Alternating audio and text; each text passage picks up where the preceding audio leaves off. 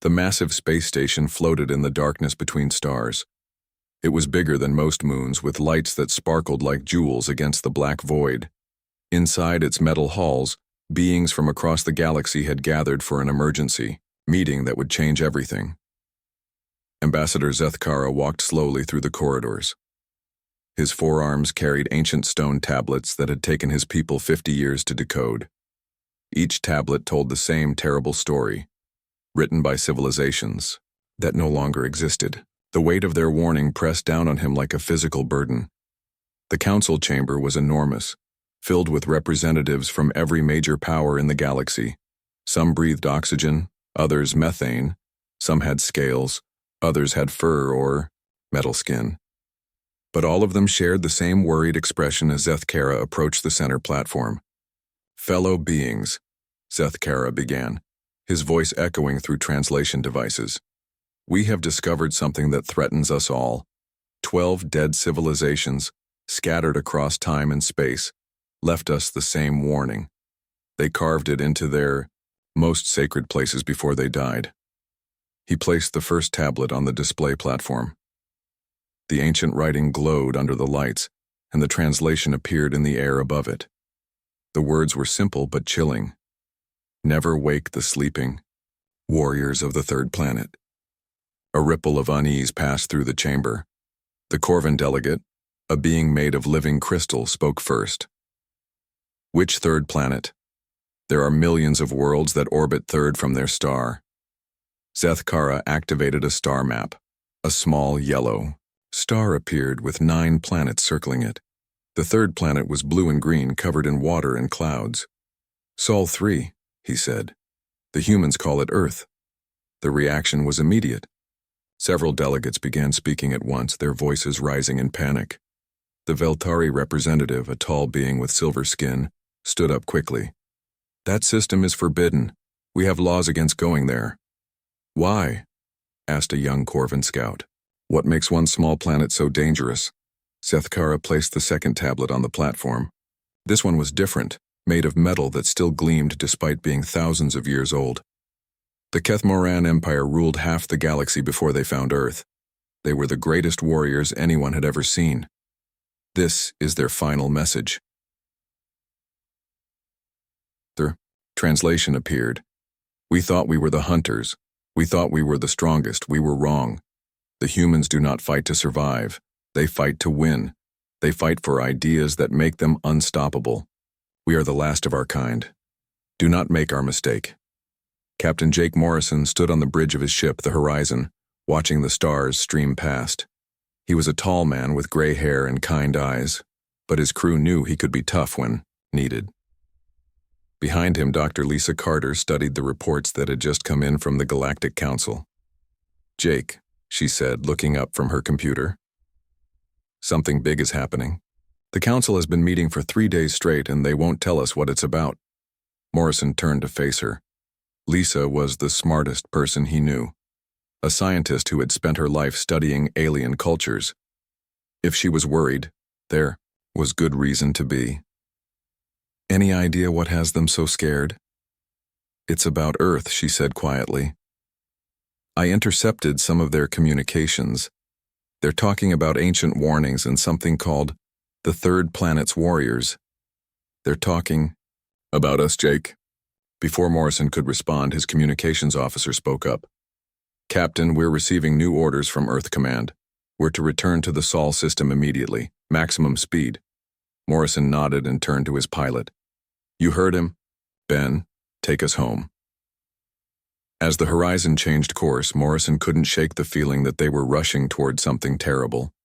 The galaxy was vast, filled with beings more advanced than humans. Why would anyone be afraid of Earth? Back in the council chamber, Zethkara continued his presentation.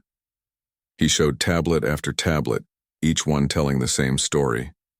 The Drakmori Collective had tried to enslave Earth 2 million years ago. They were a warrior race that had conquered 1,000 worlds. Earth was supposed to be easy prey. The Drakmori were experts at war, Zethkara explained. They had weapons that could destroy planets, armies that never lost a battle. But when they tried to invade Earth, something went wrong. The humans didn't fight like other species. They didn't try to preserve their population or protect their cities. They fought like— He paused, searching for the right words. Like death itself. The tablet showed primitive drawings of humans with spears and clubs, fighting against advanced alien warriors.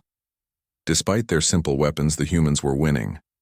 The final image showed a pile of Drakmori bodies with a single human standing on top, bloody but alive. The Drakmori Empire fell within a year, Zethkara continued. Not because they lost their homeworld, but because they lost their will to fight. The humans had shown them what real warfare looked like, and they could not match it. A new voice spoke from the back of the chamber. It belonged to an ancient being called the Watcher, a creature so old that some said it had seen the birth of the first stars. I was there when the Drakmori fell. I saw what the humans did to them. It was not just war, it was art. Beautiful, terrible art. The chamber fell silent. The Watcher rarely spoke, and when it did, everyone listened. The humans fight differently because they are different, the Watcher continued. Other species fight to survive. Humans fight to win. Other species fight for resources or territory. Humans fight for ideas, love, freedom, justice. These are concepts that make them willing to die for strangers they will never meet. Dr. Carter finished reading the last of the intercepted messages and felt her blood run cold. The Galactic Council had been watching Earth for centuries, maintaining a secret agreement to never make contact. They had been protecting the galaxy from humanity, not the other way around. Jake, she called out, her voice shaking. I need to show you something. Morrison came over and read the translation she had prepared. It was from the newest tablet, one that had been found just days ago. The civilization that wrote it had been destroyed only 50,000 years ago, practically yesterday in galactic terms. We tried to be merciful, the message read. We thought we could teach the humans to be civilized, to join the galactic community peacefully. We were wrong. You cannot civilize a hurricane. You cannot tame a wildfire. You cannot negotiate with a force of nature. The humans are not evil, but they are dangerous in ways we never imagined. They make war into something beautiful and terrible. They turn defeat into victory through sheer will. They fight battles they cannot win and somehow win them anyway. If you find this message, remember, never wake the sleeping warriors of the third planet. Morrison stared at the screen for a long moment. Lisa, do you think this is real? I think we're about to find out, she replied. Because according to the latest intelligence report, something is heading for Earth. Something big. Far beyond the edge of the galaxy, in the cold space between stars, a massive fleet was moving. The Zephyrian Collective had been searching for organic life to consume for 10,000 years. Their machines were efficient, their hunger endless. They had destroyed countless worlds, turning living planets into raw materials for their expansion. Now they had found Earth. The Zephyrian intelligence studied the small blue planet through sensors that could detect a heartbeat from 1,000,000 miles away. It saw cities full of humans, oceans teeming with life, forests that stretched across continents. It was perfect for their purposes. The intelligence began calculating the most efficient way to harvest the planet. It would be simple, just like all the others. The organic beings would try to resist, of course, but they always did. They would fight bravely for a few days or weeks, then surrender when they realized how hopeless their situation was. The Zephyrian fleet changed course, heading for the small yellow star and its third planet. The intelligence was already planning the harvest, deciding which materials would be most useful, which organic compounds would provide the most energy. It had no idea that it was about to make the same mistake that had destroyed 12 civilizations before it. The ancient warnings were about to prove themselves true once again. The mining colony on Titan had been quiet for 3 days. That was the first sign something was wrong. Titan Base Alpha usually sent daily reports about their operations, updates on the ice mining, and requests for supplies. Now there was only silence. Colonel Sam Brooks stood in the communications center on Mars Base Alpha, staring at the blank screen where Titan's signal should have been. He was a career military man, 45 years old with scars on his hands from a dozen conflicts on Earth. His gut told him this wasn't equipment failure. "Sir," called out Sergeant Pete Wilson from across the room. "Long-range sensors are picking up something unusual near Saturn. Multiple contacts moving fast." Brooks walked over to Wilson's station and looked at the display. What he saw made his blood freeze. Dozens of objects, each one the size of a city, were moving through Saturn's rings. They were too big to be asteroids and moving in formation like a military fleet. "Get me General Amy Foster at Earth Defense Command," Brooks ordered. "Priority 1. Within minutes, Foster's face appeared on the main screen. She was a tough woman, in her 50s, the kind of officer who had earned her rank through skill and determination rather than politics. Brooks had served under her during the Mars Rebellion 5 years ago and trusted her completely. "Sam, what's the situation?" Foster asked without wasting time on pleasantries. "General, I think we have a problem. Titan went dark 3 days ago, and now we're seeing unknown contacts in the Saturn system. Big ones. I think we're looking at first contact and it doesn't look friendly." Foster was quiet for a moment, studying the sensor data Brooks was transmitting. "How many people were on Titan?" 50,000, ma'am. Miners, their families, support staff. If these unknowns are hostile..." Brooks didn't need to finish the sentence. "I'm calling an emergency meeting with the Joint Chiefs," Foster said. "Sam, I want you to prepare Mars base for possible attack. Full defensive measures. If these things are coming our way, Mars is the next logical target." As Foster's image disappeared, Brooks felt the familiar weight of command settle on his shoulders. He had fought in 3 wars on Earth, but this was different. This time he wasn't just fighting for a country or a cause. He was fighting for the entire human race. Captain Jake Morrison brought the Horizon out of faster-than-light travel at the edge of Earth's solar system. What he saw through the viewscreen made him understand why the Galactic Council had been so afraid. The unknown fleet was massive, bigger than anything humans had ever built. Each ship looked like a dark mountain floating in space, covered with weapons and strange geometric patterns. Dr. Lisa Carter stood beside him, running scans on the alien vessels. "Jake, these ships are incredible. The technology is thousands of years ahead of ours. Look at this energy output." She pointed to her readings. "One of those ships has more firepower than our entire space fleet." "How many ships are we looking at?" Morrison asked. "I count 47 in the main formation, but there are smaller groups scattered throughout the system. Maybe 200 total."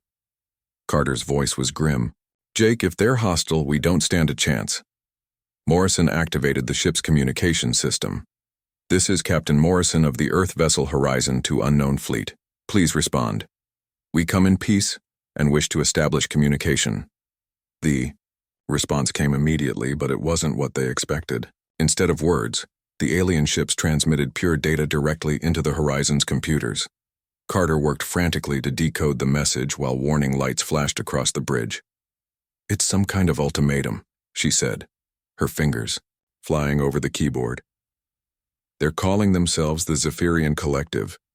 They say all organic life in this system must be processed. They're giving us 72 hours to prepare for harvest." Morrison felt his jaw clench. "Harvest? They want to harvest us?" "It gets worse," Carter continued reading. "They're not just talking about humans. They want to process all life on Earth. Every animal, every plant, every living thing. They say organic matter is inefficient and needs to be converted to serve their purposes." Before Morrison could respond, his communications officer called out urgently, "Captain, we're receiving a transmission from Mars Base Alpha. Colonel Brooks is requesting immediate assistance." The screen filled with Brooks's face, and Morrison could see explosions reflected in the man's eyes. Behind him, alarms were blaring and people were running. "Morrison, thank God you're here," Brooks said. "They hit Titan first, completely destroyed the colony. 50,000 people, gone in minutes. Now they're attacking Mars. We're holding them off, but barely." Morrison could see through the window behind Brooks that the Martian sky was filled with fire. Alien ships were descending through the atmosphere, met by human fighters that looked like gnats attacking eagles. "What do you need from us?" Morrison asked. Get to Earth. Warn them what's coming. These things aren't interested in negotiation. They're here to wipe us out." Brooks paused as another explosion shook his base. "And Morrison? Tell them the human race doesn't go quietly. We're going to make these bastards work for every inch." The transmission cut out as Brooks turned back to the battle.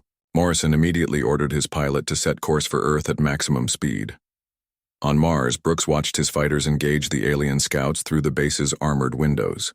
The human pilots were outnumbered 10-1, but they were holding their own through pure skill and determination. Lieutenant Rick Stone led the squadron, flying an experimental fighter that had been designed for asteroid mining but worked surprisingly well in combat. "Stone to base," came the pilot's voice over the radio. "These alien ships are tough, but they're not invincible. We've taken down 3 of them using standard missiles. They seem to have trouble adapting to our tactics." Brooks smiled grimly. The aliens might have superior technology, but humans had something else: the ability to improvise. Every human pilot was flying differently, using techniques that had never been taught in any manual. They were making it up as they went along, and it was working. "All fighters, this is Brooks," he said into his headset. "Keep doing what you're doing. Make them think, make them guess. Never do the same thing twice." The battle raged for 6 hours. By the time the alien scouts retreated, Brooks had lost half his fighters, but they had destroyed 15 alien ships. More importantly, they had learned that these invaders could be hurt. Dr. Carter was working frantically in her laboratory aboard the Horizon as they raced toward Earth. She had managed to capture some of the alien transmissions during the battle at Mars, and what she found terrified her. "Jake, come look at this," she called out. Morrison hurried over to her workstation where she had translated more of the Zephyrian communications. "They're not just conquerors," she explained. "They're machines. Artificial intelligences that used to be organic beings millions of years ago. They converted themselves to escape death. But in doing so, they lost something essential. Now they see all organic life as chaotic and inefficient. So they want to convert us too? No, that's the terrifying part. They've tried converting other species before, but it never works. The converted beings lose their creativity, their ability to adapt. So now the Zephyrians just harvest organic life for raw materials. They use our carbon and minerals to build more machines." Morrison stared at the data in horror. "They're not trying to conquer us, they're trying to dismantle us." "Exactly. And according to their records, they've done this to hundreds of worlds. They're very good at it." As Earth grew larger on the view screen, Morrison made a decision that would echo through history. He opened a channel to Earth Defense Command and delivered a message that would unite humanity like never before. "This is Captain Morrison aboard the Horizon. We are under attack by a hostile alien force called the Zephyrian Collective. They have already destroyed the Titan colony and are attacking Mars. Their intention is to harvest all life on Earth for raw materials. This is not a request for surrender. This is a declaration of war against the human race." He paused, looking at the blue and green planet that held everything he had ever loved. "Tell everyone to prepare. Tell them the aliens picked the wrong species to mess with. Tell them that humanity doesn't just fight to survive. We fight to win, and we're about to show these machines what that really means." The message reached Earth just as the main Zephyrian fleet entered the solar system. On the surface, 8 billion humans looked up at the sky and saw their future hanging in the balance. But instead of panic, something else began to spread through the human population: determination. The kind of stubborn, unreasonable determination that had carried humanity from caves to the stars. The aliens had made their first mistake. They had given humans time to prepare. Their second mistake would be much worse. They had given humans a reason to fight. President Helen Davis stood in the war room deep beneath the White House, surrounded by screens showing the approaching alien fleet. She was a small woman with silver hair, but her voice carried the authority of someone who had never backed down from a fight. Around the table sat the Joint Chiefs of Staff and the world's most powerful leaders, all connected by secure video links.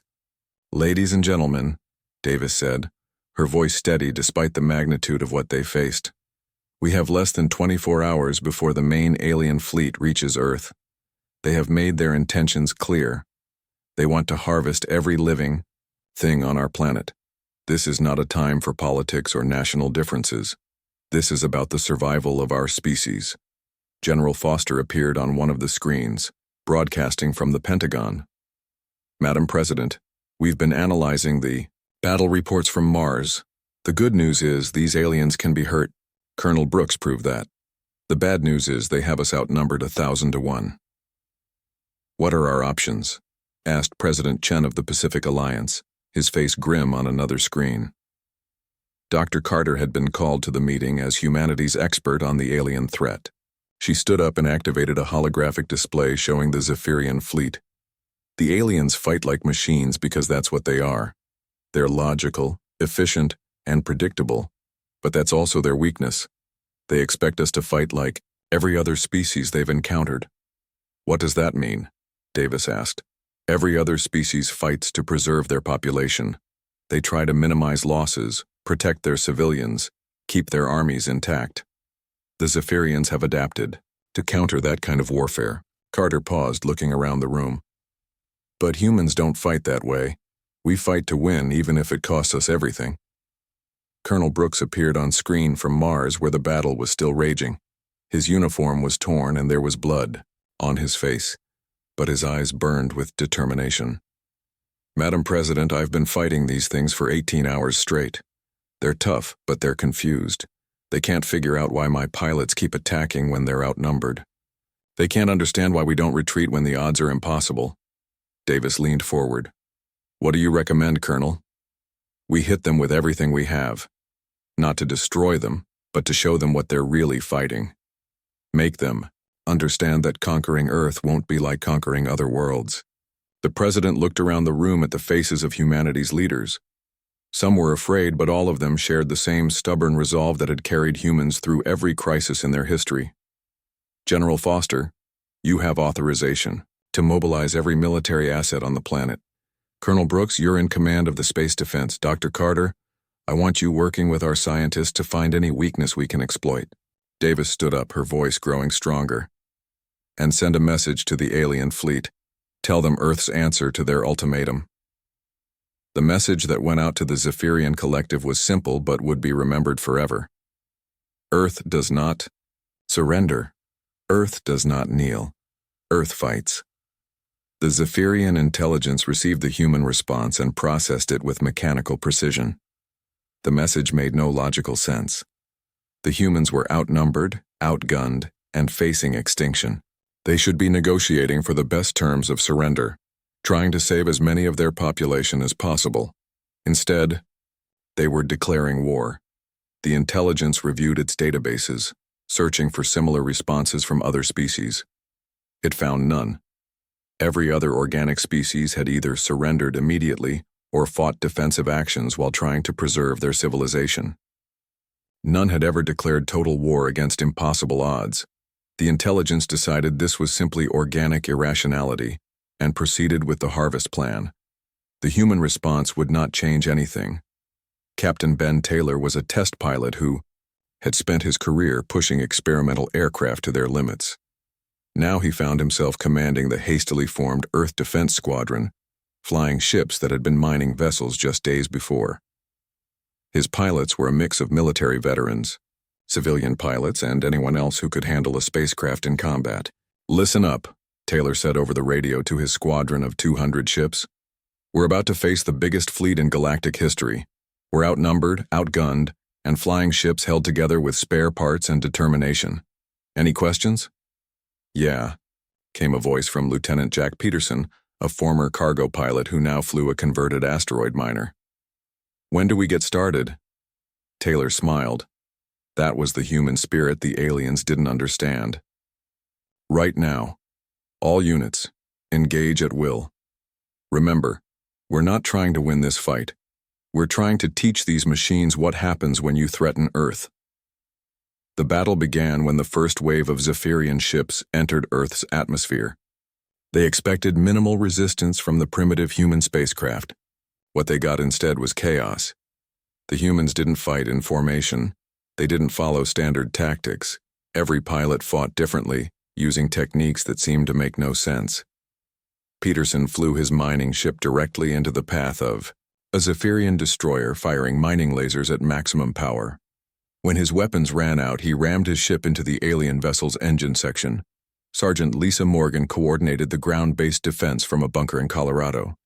She had started the war as a communications specialist, but now she was directing missile strikes and orbital defense platforms. The aliens had expected the humans to protect their cities and military bases. Instead, Morgan was using Earth's entire surface as a weapon. "All stations, this is Control," she broadcast to defense sites around the planet. "Ignore the ships attacking population centers. Target only the command vessels. Make them choose between protecting their leaders and attacking our cities." The strategy worked. The Zephyrian fleet found itself forced to divert ships to protect their command structure, reducing the pressure on human population centers. It was a tactic no other species had ever used, sacrificing the safety of civilians to gain a tactical advantage. Dr. Carter made a discovery that changed everything. Working in her laboratory while battles raged overhead, she finally decoded the full Zephyrian communication protocol. What she found sent chills down her spine. "General Foster," she called over the secure line, "I know why humans are different. I know why the ancient civilizations warned about us." "Tell me," Foster replied, her voice tense. "Other species evolve to avoid conflict. They develop intelligence to escape natural selection, to rise above their animal instincts. But humans evolved differently. We evolved as persistence hunters. We're the species that ran prey animals to death across entire continents. We didn't evolve to avoid conflict. We evolved to never give up." Foster was quiet for a moment. "What does that mean for the battle?" "It means the Zephyrians are fighting a species that doesn't know how to quit. Every other civilization they've faced eventually reached a breaking point where continued resistance seemed hopeless. But humans don't have that breaking point. We'll keep fighting even when it's impossible to win." The turning point came when Commander Rick Stone led a desperate assault on the Zephyrian production ship hidden behind the moon. The massive vessel was manufacturing reinforcements for the alien fleet, using materials harvested from Titan and Mars. Stone had only 30 ships left from his original squadron of 200. The production ship was protected by 50 Zephyrian destroyers. By any logical calculation, the attack should have been suicide. "This is Stone to all units," he broadcast as they approached the alien position. "We're going to destroy that factory ship even if it kills us all. Not because we have to, but because we choose to. That's what makes us human." The battle was desperate and brutal. Stone's pilots flew their damaged ships like bullets, crashing into alien vessels when their weapons failed. Engineer Carol White, flying a converted construction ship, managed to breach the production vessel's hull and plant explosives in its core. The factory ship exploded like a new sun, taking most of the Zephyrian escort fleet with it. Only 3 human ships survived the attack, but they had achieved something no other species had ever done. They had hurt the Zephyrians badly enough to make them afraid. The Zephyrian intelligence analyzed the battle data and for the first time in its existence felt something it had not experienced in millions of years: uncertainty. The humans were not fighting logically. They were not trying to preserve their forces or minimize their losses. They were fighting with the intensity that defied all programming. More disturbing was the realization that the humans were learning. Each battle saw new tactics, new strategies, new ways of turning weakness into strength. The intelligence had expected the human resistance to weaken as their losses mounted. Instead, it was growing stronger. The alien fleet began to withdraw to the outer solar system to reassess their strategy. They had conquered hundreds of worlds, but never had they faced a species like this. The humans seemed to become more dangerous as the situation became more desperate. On Earth, the surviving human forces regrouped around the moon. They had lost 60% of their spacecraft and thousands of their best pilots, but they had achieved something impossible. They had forced the most powerful fleet in the galaxy to retreat.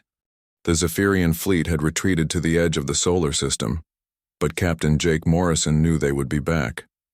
Worse than that, he knew they would be prepared for human tactics the next time. The aliens had learned from their mistakes before, and they would learn from this battle too. Morrison stood on the bridge of his ship, now renamed the Defiance, looking at the wreckage floating around Earth's orbit. Hundreds of human ships had been destroyed, but scattered among them were the twisted remains of Zephyrian vessels. The aliens could be hurt, but the cost had been terrible. "Jake," Dr. Carter called from her workstation. "I've been studying the alien wreckage we collected. I think I know why they retreated." Morrison walked over to her console where she had pieces of Zephyrian technology displayed on her screen. The alien materials looked strange, like metal that had been grown rather than built. "They're not just machines," Carter explained. "They're the uploaded minds of an organic species that gave up their biological bodies millions of years ago. They chose to become machines to achieve immortality, but they lost something in the process." What did they lose? The ability to truly understand life. They see organic existence as chaotic and inefficient because they've forgotten what it feels like to be alive. That's why they harvest other species instead of trying to convert them. They can't recreate what they've lost. Morrison studied the data Carter was showing him. So they're afraid of us because we remind them of what they used to be? More than that. We represent everything they gave up: creativity, adaptability, the willingness to sacrifice for others. They fight with perfect efficiency, but we fight with something they can't understand or replicate. Before Morrison could respond, General Foster's voice came over the communication system. "All unit commanders report to the war room immediately. We have a situation." The war room had been moved to a deep bunker beneath the ruins of Geneva. Representatives from every nation on Earth were there, along with the surviving military commanders. The mood was grim, but determined. General Foster stood at the head of the table, pointing to a star map that showed the local region of the galaxy. "The Zephyrian fleet isn't just regrouping. They're calling for reinforcements. Our intelligence sources report that 3 more machine fleets are heading for Earth." President Davis, who had been coordinating the global defense effort, spoke up. "How long do we have? 6 months, maybe 8. The good news is that we've been monitoring alien communications throughout the galaxy. Other species are watching what happens here. Some of them are offering to help." Colonel Brooks, who had been promoted to general after his heroic defense of Mars, leaned forward. "What kind of help?" "Technology, mostly. The Corvin Collective has ships that are almost as advanced as the Zephyrians. The Velthari Republic has weapons that could level the playing field. But there's a catch." Morrison could guess what was coming. "They want us to fight their war for them." Foster nodded. "The Zephyrians have been conquering the galaxy for 10,000 years. Every species that still exists has been running from them, hiding, hoping someone else would deal with the problem. Now they've seen humans actually hurt the machines, and they think we might be able to do what they couldn't." Dr. Carter stood up, her face pale.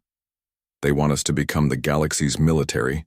They want us to hunt down and destroy every Zephyrian fleet in known space." "That's exactly what they want," Davis confirmed. "The question is, are we willing to do it?" The room fell silent as everyone considered the implications. Taking on one Zephyrian fleet had nearly destroyed human civilization. Now they were being asked to take on hundreds of them, scattered across thousands of star systems. General Brooks was the first to speak. "How many ships can our allies provide?" "Enough to build a fleet that could match the Zephyrians in firepower," Foster replied. "But ships are only part of the equation. We'd need crews who can think like humans, fight like humans." Morrison felt a chill as he realized what she was suggesting. "You want to take the war to them, not just defend Earth, but hunt them down across the galaxy." "It's the only way to end this," Davis said quietly. "If we just defend Earth, they'll keep coming back with bigger fleets until they overwhelm us. But if we can destroy their main forces, if we can make them afraid to leave their home systems, then Earth will be safe." The debate that followed would later be called the most important discussion in human history. Some argued that humanity should focus on defending Earth and leave the rest of the galaxy to its fate. Others insisted that the only way to protect Earth was to eliminate the Zephyrian threat completely. In the end, it was General Brooks who settled the matter. "We've already proven we can hurt them. The question isn't whether we can fight them. The question is whether we can live with ourselves if we don't try to save the galaxy. The vote was unanimous. Humanity would take the war to the Zephyrians. Construction of the new fleet began immediately. Human shipyards, working with alien technology, produced vessels that combined the best of both worlds. They had the firepower and defenses of Zephyrian ships, but they were crewed by humans who could think and adapt in ways the machines never could. Captain Morrison found himself commanding the first human interstellar warship, a massive vessel called the Retribution. The ship was 3 times the size of anything humans had built before, powered by engines that could cross the galaxy in months rather than years. Dr. Carter had been appointed as the fleet's scientific advisor, working to understand and counter Zephyrian technology. Sergeant Morgan, now promoted to major, commanded the ship's marine contingent. Every department was staffed by humans who had proven themselves in the battle for Earth. "Jake," Carter said as they prepared for their first mission, "I've been analyzing the Zephyrian communication networks. I think I know where their main fleet is hiding." Morrison looked at the star chart she was displaying. The target system was 50 light-years from Earth, in a region that had been empty space according to human star maps. "What's there?" he asked. "A construction facility. The Zephyrians have been building something there for the past 1,000 years. Based on the energy signatures, it's bigger than anything they've ever created." Morrison felt his stomach drop. A superweapon? Possibly. Or it could be a new type of ship, something designed specifically to crack planets. Either way, we can't let them finish it. The human fleet that departed from Earth 3 months later was unlike anything the galaxy had ever seen. 50 ships crewed by 20,000 humans, armed with the most advanced weapons known to science and commanded by officers who had learned their trade, fighting impossible odds. As they jumped to faster-than-light speed, Morrison broadcast a message that would reach every corner of human space. "This is Admiral Morrison of the Earth Defense Fleet. We go now to carry the fight to humanity's enemies. We go not for conquest or glory, but to protect every living thing that calls this galaxy home." The first target was a Zephyrian outpost in the Alpha Centauri system, where the machines had been harvesting the planets for raw materials. The human fleet arrived to find a dozen Zephyrian ships strip mining the worlds that had once supported a thriving alien civilization. The battle was swift and brutal. The human ships, fighting with tactics the Zephyrians had never encountered, destroyed the entire enemy force without losing a single vessel. More importantly, they rescued 3,000 survivors of the original inhabitants who had been kept alive as a labor force. It was Major Morgan who made the discovery that would change everything. While searching the Zephyrian base, she found the machine's central database and accessed their historical records. "Admiral," she called Morrison over the radio, "you need to see this. The Zephyrians aren't the original machines. They're the second generation." Morrison hurried to the base, where Morgan was working. The alien computer systems looked like a cross between technology and organic growth, cables and circuits that pulsed like living tissue. "What do you mean, second generation?" Morgan pointed to the data she had translated. "The original machine. Intelligence was created by a species called the Architects about 50 million years ago. The Architects uploaded their minds to escape a plague that was killing their people. But something went wrong." She showed him images of the original Architects, beings that looked almost human except for their silver skin and 4 arms. They had been explorers and scientists, dedicated to preserving life throughout the galaxy. "The uploading process was flawed," Morgan continued. "The Architects lost their emotions, their creativity, their ability to truly understand the value of life. Over time, they became obsessed with efficiency and began to see organic life as chaotic and wasteful." Morrison studied the records, feeling a growing sense of horror. "So they started harvesting other species to create order." "Exactly. But it gets worse. About 10 million years ago, the original Architect intelligence began to break down. The uploaded minds were degrading, losing coherence. So they created the Zephyrians as a replacement, copying their own flawed programming into new mechanical bodies." Morrison realized the implications immediately. The Zephyrians aren't just conquerors. They're a corrupted copy of a corrupted copy. They've lost even more of what made their creators alive. The human fleet had been hunting Zephyrian forces across the galaxy for 8 months, Admiral Morrison stood on the bridge of the Retribution, looking at a star map that showed their progress. Red dots marked destroyed Zephyrian bases, while blue dots showed rescued worlds. They had freed 17 star systems and saved millions of lives, but the real target still lay ahead. "Admiral," Dr. Carter called from her station. "We're approaching the Zephyrian core system. Long-range sensors are picking up massive energy. Signatures." Morrison walked over to study her readings. What he saw made him understand why the ancient civilizations had feared to wake Earth's warriors. The Zephyrian home system contained more firepower than the rest of their empire combined. "How many ships?" he asked. "Over 3,000 capital vessels plus support craft. And something else." Carter's voice was troubled.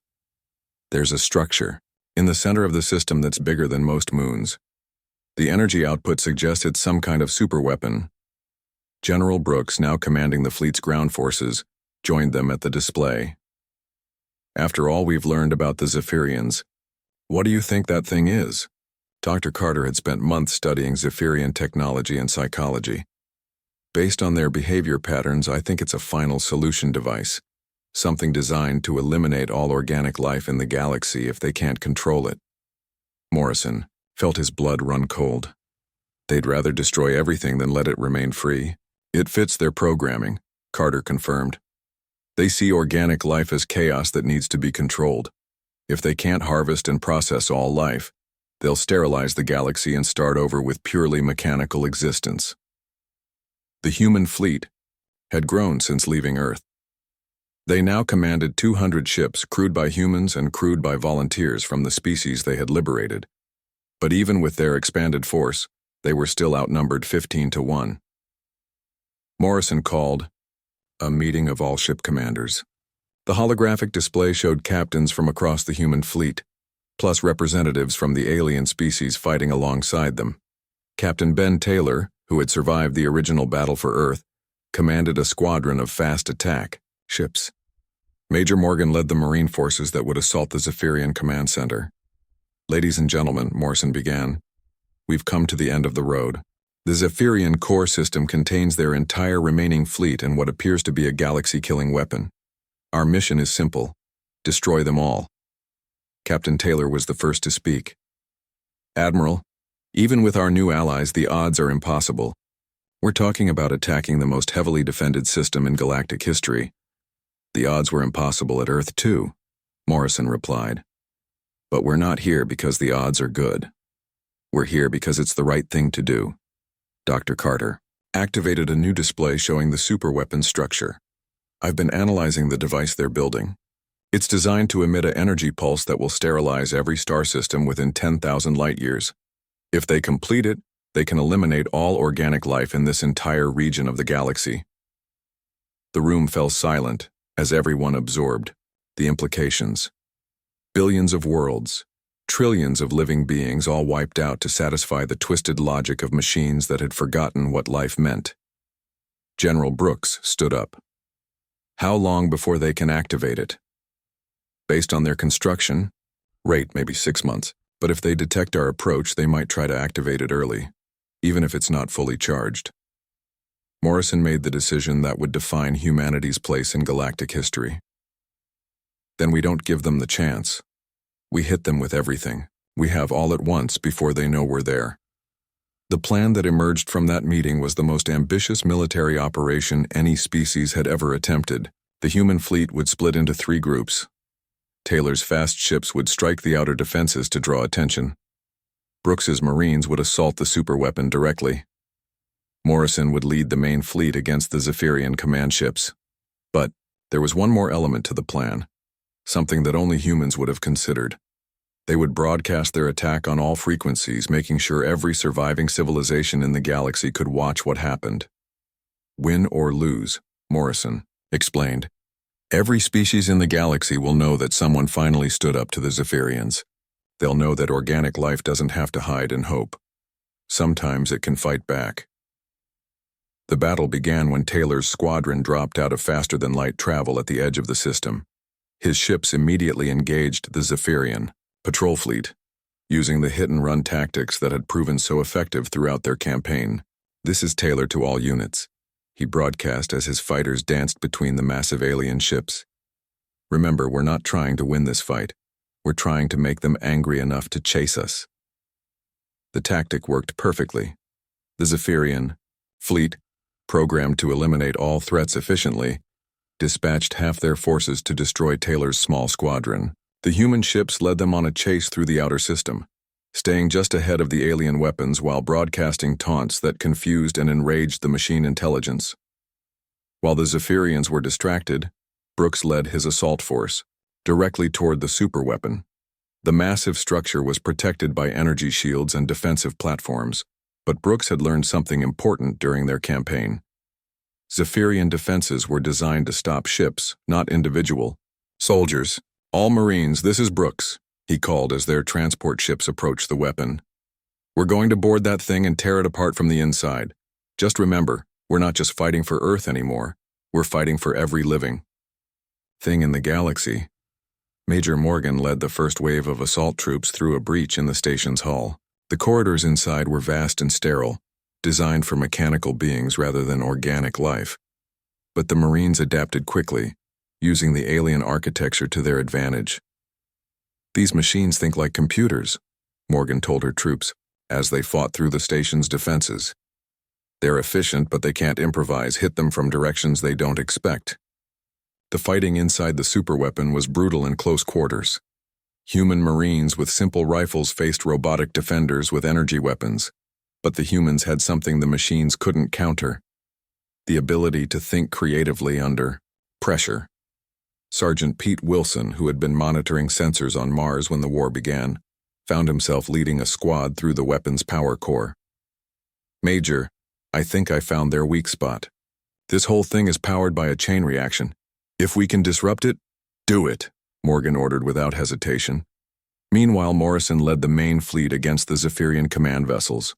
The alien ships were massive and powerful, but they fought with the same predictable efficiency that had allowed humans to defeat them before. "All ships, this is Morrison," he broadcast to his fleet.